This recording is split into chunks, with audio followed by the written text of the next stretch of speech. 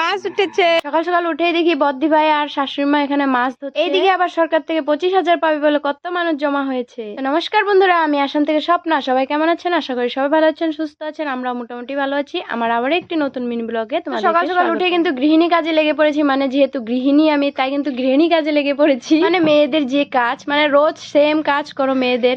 ঘর গোছা, ঘর পরিষ্কার করো, উঠান বাড়ি ঘর পরিষ্কার করো, কাপড় ধোয়া, বাসন ধোয়া, এসবই তো মেয়েদের কাজ, রোজকার ডিউটি। তো যাই হোক, সকাল সকাল উঠে কিন্তু উঠান বাড়িঘর পরিষ্কার করে নিয়েছিলাম। তারপর কিন্তু বাসন বর্তন ধুয়ে তারপর বর্মাশাকে খেতে দিলাম। বর্মাশা চলে গেল কাজে। তারপর এসে পড়েছি এদিকে বিছানা। কিন্তু সোনাবাবাকে খাইয়ে দিয়েছিলাম। তারপর দাদু এসেছিল, তার দাদু নিয়ে গেছে ওই বাড়িতে। তাই কিন্তু আমি আজকে একটু এক্সট্রা কাজ করব। মানে দেখো, আমার মানি প্লেন গুলো একদম জল শুকিয়ে গিয়েছে। তারপর এদিকে মাকড়সা জাল পড়েছে, তো এগুলো ভাঙতে হবে। কয়েকদিন আগে ভেঙেছি, আবারও মাকড়সা জাল পড়ে। তো রাত্রেবেলা জাল পেতেছিল, তো জালে কয়েকটা মাছ ধরেছে। তো শাশুড়িকে বললাম যে তুমি কয়েকটা কেটে নিয়ে যাও আর কয়েকটা আমাকে দিয়ে যাও।